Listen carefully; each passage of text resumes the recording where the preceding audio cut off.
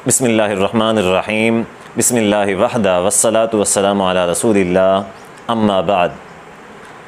जिस तरह के आप सब के इल्म में है कि ज़ुल्हज्जा का महीना शुरू होने वाला है, तो ज़ुल्हज्जा का चाँद नज़र आने से पहले करने वाले जो दो काम हैं वो ये हैं कि नंबर एक बालों का काटना और नंबर दो नाखूनों का उतारना।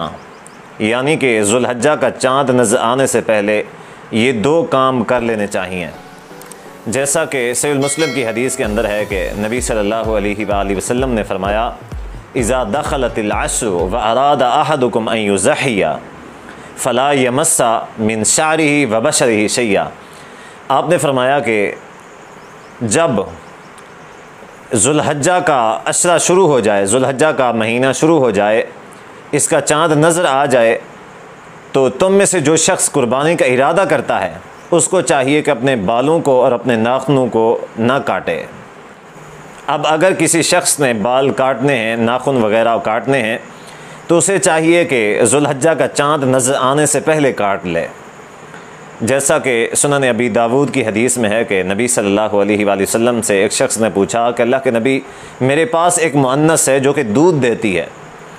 अब वो मुअन्नस जो है वो बकरी भी हो सकती है, वो ऊँटनी भी हो सकती है, तो क्या मैं उसको कुर्बान कर दूँ? तो नबी सल्लल्लाहु अलैहि वसल्लम ने फरमाया, ला, तुम उसको कुर्बान न करो। आगे आपने फरमाया कि वलाकिन ताख़ुज़ मिन शारिका व अज़फ़ारिका, लेकिन तेरे लिए हुक्म ये है कि तू अपने बालों को और अपने नाखूनों को उतार ले। व तक़ुस्सु शारिबका, और अपनी मूछें जो हैं उनको काट ले। व तलहिकु आनतका, और जो तेरे ज़ेरे नाव बाल हैं उनको भी तू जो है काट ले। फ़तिल का तमाम अज़हियती का इंदल्लाह अज़्ज़ व जल, ये जो काम है तेरे ये काम करने की वजह से अल्लाह ताला तुझे कुर्बानी का जो पूरे का पूरा सवाब है वो अल्लाह तबारक व तआला तुझे कुर्बानी का पूरा सवाब अता फ़रमाएगा। अब ये है कि जो शख्स जिसने उतारने हैं वो पहले उतार सकता है, और जिसने नहीं उतारने वो ना भी उतारे।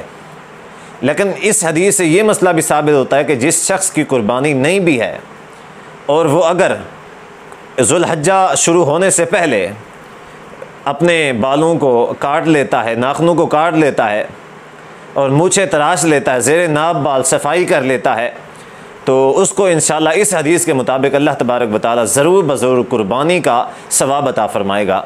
तो अल्लाह ताला से दुआ है कि अल्लाह अमल की तौफ़ीक़ अता फ़रमाए। वस्सलामु अलैकुम व रहमतुल्लाहि व बरकातुहू।